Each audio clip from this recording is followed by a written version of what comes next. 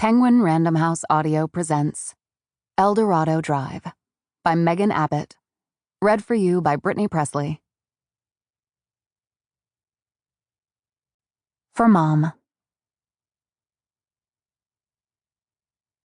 Over the mountains of the moon, down the valley of the shadow, ride, boldly ride, if you seek for El Dorado. Edgar Allan Poe. All I want is to be innocent again. She would always remember her sister Pam saying that, murmuring it as she dropped to her knees on the icy grass. That blonde hair of hers, the bishop hair, glowing in the dark yard. Harper had followed as her sister bolted from the house, back door swinging wildly, the Merry Mushroom cookie jar under her arm, coffee-stained.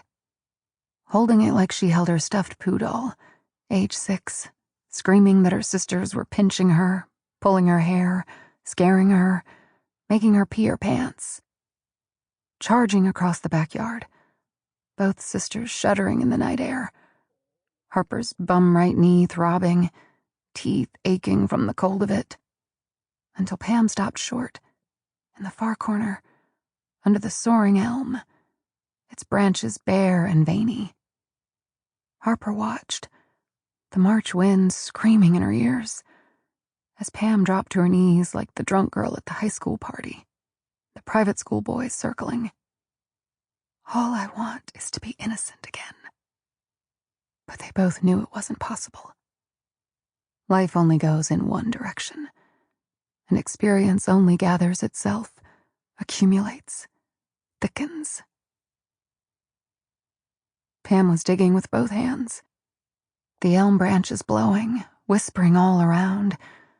Harper watched her sister's ragged French manicure plunging into the black earth like when they were little, making mud pies, digging out earthworms for Mr. Locrecio next door. "What's wrong, Pammy? What is it?" And Pam, her knees sliding in the dirt, had looked up at her, those gray-blue eyes of hers bright and startled, like she'd forgotten Harper was there. "Help me. Please, Harper, help." Harper ran to the tool shed for a shovel, for anything, her breath squeaking, fumbling for a rusty shovel, a metal spade. Later, she remembered seeing her face in it, pulled and strange. They dug and dug, the frozen soil cracking, giving. Soon enough, Pam's collie Fitzy joined them, churning his paws into the dirt too, wanting to be a part of the game, the mad adventure. Harper's arms were so much stronger than Pam's, strong from her 3 decades' work at the Hunt Club stables. And soon enough, the hole was big, bigger. Big enough for the Merry Mushroom cookie jar, stuffed to the brim with curling green swirls of bills packed like tight little cigars. The Merry Mushroom jar that, an hour before, Pam had plucked from its hiding place in the basement, stuffed deep in a bulk Tampax pearl box next to the wobbling dryer. Their forearms aching, their hands split and bleeding. But at last, the hole was deep enough for the cookie jar, for 5 cookie jars stacked on top of the other. Kneeling, her knees cracking, Pam wedged the Merry Mushroom deep inside, nesting it against a wall of dirt. Harper staggered back, trying to catch her breath, Fitzy licking her fingers. She heard a clicking sound, Pam's teeth clattering from the cold, from an unnamed fear. "He can't ever find it," Pam said. Or, she can't ever find it. Or, they can't ever find it. Which was it? The roar of the winter wind.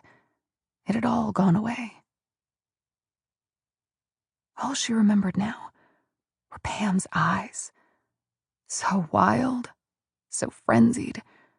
Her headband sliding down her forehead, and her turtleneck sprayed black with dirt. "Oh, Pammy," Harper promised. "It'll be okay. It'll be okay." But Pam only laughed. Laughed in a strange, strangled way. Her tree-torn slipping suddenly in the dirt mound, her ankle turning. Harper reached for her just in time, their hands interlocking, stopping Pam from tumbling into the shallow grave. Harper saved her from falling, but not from what came next.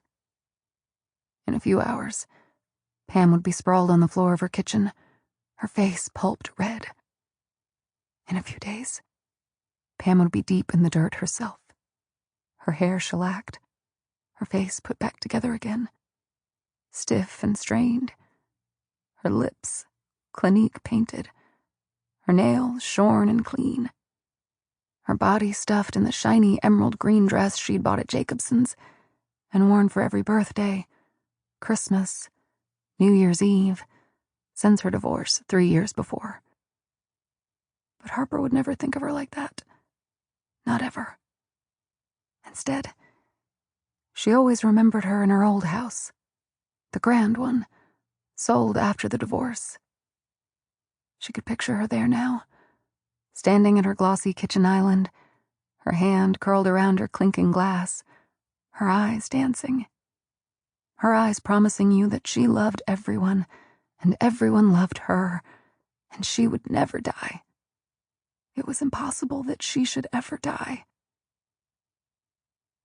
After, they began filling the hole again, a much more joyous activity. Pam's shovel clanging against Harper's spade, and Fitzy running ragged circles around them, yelping and howling into the night. The top of the cookie jar, a white curl, and then gone into the earth. Is it gone? Is it really gone? Pam asked. And Harper promised her it was. Pam, her face dirt-speckled and her mouth open in the dark yard, reached for her sister's forearms, Harper lifting her to her feet. Crying and laughing at everything, laughing at the both of them, covered in mud, dirty as a dish rag, their mother would have said. My slobby Sues. And the ground packed tight beneath them. And somewhere on Dorado Drive, a neighbor's hound howling at the moon. Fitzy howling back, scratching at the storm window. A bird crying in the night. The smell of the earth, wet and pure. 1. 9 months ago. Everything's changing, Pam said softly. It always is, Harper said, squeezing her sister's hand as they sat uncomfortably on folding chairs sinking heavily into the football field lawn. On stage, Pam's son Patrick, gauntly handsome in his goblin green Norseman robe, rose from the folding chair to accept his high school diploma. Harper felt her eyes fill. How was he still not age 6? Elbows on the table, meticulously removing the plastic and eating 2 rolls of powdered mini donuts in one sitting. His fingers, his face, even his long eyelashes dusted white. An average student, Patrick had devoted most of his energies to running track, to all his jobs, painting fences and mowing lawns until he was burnished brown, his arms like carved banisters. And most of all, to the care and maintenance of his little sister Vivian, who sat beside Harper now, chin trembling, shaking off mascara tears. But if you looked at Patrick on that stage, so solemn, his polyester robe glinting like spun satin, you might think he was valedictorian, class president, most likely to succeed. It was the way he carried himself, so regal, very grand, and Harper wanted to cry too, Pam sobbing beside her now. I'm just so proud, Pam kept saying. But Harper wondered if there was some strange kind of relief, too. Relief that he'd made it, he'd graduated, and thanks to a modest track scholarship, he was going to some college in Chicago. Away. Further away than any of them ever had. When he turned to wave to them from the dais, the look on Patrick's face reminded Harper of a skittish colt, eyes darting. He'd made it through a calamitous childhood, scissored Sample complete. Ready to continue?